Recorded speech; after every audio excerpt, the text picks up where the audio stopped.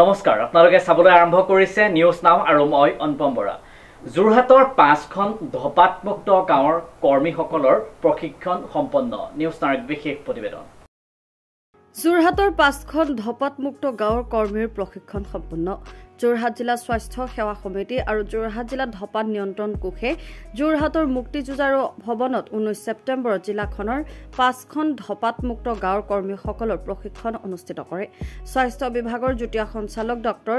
দিলীপ দেৱশৰ্মাই প্ৰশিক্ষণ উদ্বোধন কৰাৰ পাছতেই জিলা ধপাত নিয়ন্ত্ৰণ কোষৰ নডেল বিষয়া ডক্টৰ ভক্তিময় ভট্টাচাৰ্যই কয় আমেৰিকাত উৎপাদিত ধপাতৰ 1566 খ্ৰীষ্টাব্দত পৰ্তুগীজসকলে অন্যান্য দেশলৈ নিছিল 1609 খ্ৰীষ্টাব্দত জাহাংগীৰে ভাৰতবৰ্ষলৈ ধপাতৰ বীজ আনি ৰোপণ কৰে আৰু বাসিন্দাসকলে সেৱন কৰি লয় ভাৰতবৰ্ষত ধপাত মুক্ত কৰাৰ উদ্দেশ্য 2008 চনৰ পৰা চৰকাৰৰ উদ্যোগত ৰাইজক সজাগ সচেতন কৰি থকা হৈছে 2010 চনৰ পৰা যোৰহাট জিলা ধপাত নিয়ন্ত্ৰণ কোষে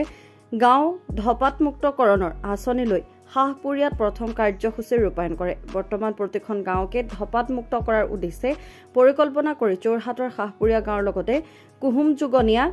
বাঘমৰা বাহফলা আৰু তিয়ক সোণাৰী গাঁৱৰ কৰ্মীসকলক প্ৰশিক্ষণ দি আঁচনি আগুৱাই নিয়াৰ পৰিকল্পনাৰে এই প্ৰশিক্ষণ আয়োজন কৰে ধপাত সেৱনৰ বাবে মানৱ শৰীৰত হোৱা ৰোগ আৰু ক্ষতিৰ সম্পৰ্কত ডাক্তৰ ভক্তিময় ভট্টাচাৰ্যই বক্তব্যত উল্লেখ কৰে কোষৰ সমাজকৰ্মী দীপক হাজৰিকাই আন্তৰা প্ৰশিক্ষণত কোষৰ মনোবিজ্ঞানী দীপ্তি শইকীয়াই ধপাত সেৱনৰ পৰা বিৰত থকাৰ উপায় দৃশ্য শ্ৰাব্য মাধ্যমেৰে ব্যাখ্যা কৰে অংশগ্ৰহণ কৰা গাঁওকেইখনে ধপাত মুক্ত কৰি ৰখাৰ পৰিকল্পনা ব্যাখ্যা কৰা প্ৰশিক্ষণত NGO কৰ্মী ৰুধিৰ প্ৰকাশ শৰ্মাই চমু বক্তব্য আগবঢ়ায় ৰমেন শইকীয়া জগন্নাথ অগ্নি বৰা প্ৰশীল কুমাৰ বৰা প্ৰমুখ্যে 65 গৰাকী লোক উপস্থিত থকা প্ৰশিক্ষণৰ সফলতাত কাজিৰঙা বিশ্ববিদ্যালয়ৰ 3 গৰাকী ছাত্ৰী প্ৰশিক্ষাৰ্থীয়ে সহযোগিতা কৰে গাঁওখনৰ কাৰণে প্ৰত্যেকৰে গাঁওখনৰ বেলেগ বেলেগ ব্যৱস্থা যেনে আমি কেতিয়াও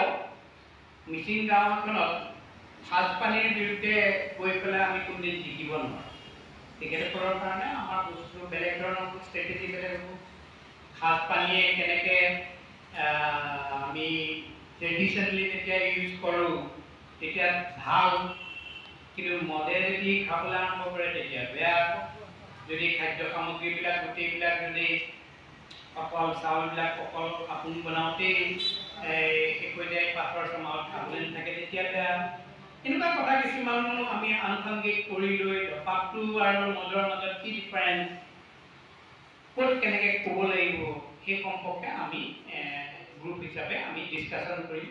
কাৰণ আমি ভাবিছোঁ যে এইটো দেখিছোঁ বাগমৰাপটীয়া গাঁৱতো তেনেকুৱা দেখিছোঁ তো সেইকাৰণে মই আপোনালোকক ক'লোঁ আপোনালোকে মনত এইটো কথা ভাবি থাকিব আপোনালোকে কেনেকৈ আমাক উপদেশ দিব পাৰে আমি লিডাৰ লৈছোঁ বুলি বা আমি লিডাৰশ্বিপ লৈছোঁ আমি কৰিছোঁ বুলি আমি ক'বই খোজা নাই আপোনালোকে কৰিছে যিমানখিনি হৈছে আপোনালোকে কৰিছে আৰু সেইখিনি হোৱাখিনি আপোনালোকৰ আৰু কি কণ্ট্ৰিবিউশ্যন আমি পাম কেনেকৈ আমি কাম কৰিলে সমাজৰ সৰু সৰু কথাবিলাকক ধৰি লৈ কৰিলে আমি সমাজখনক ধপাতমুক্ত কৰিব পাৰিম এই কথাখিনি আমাক লাগে ৰমেন শইকীয়াৰ ৰিপৰ্ট যোৰহাট।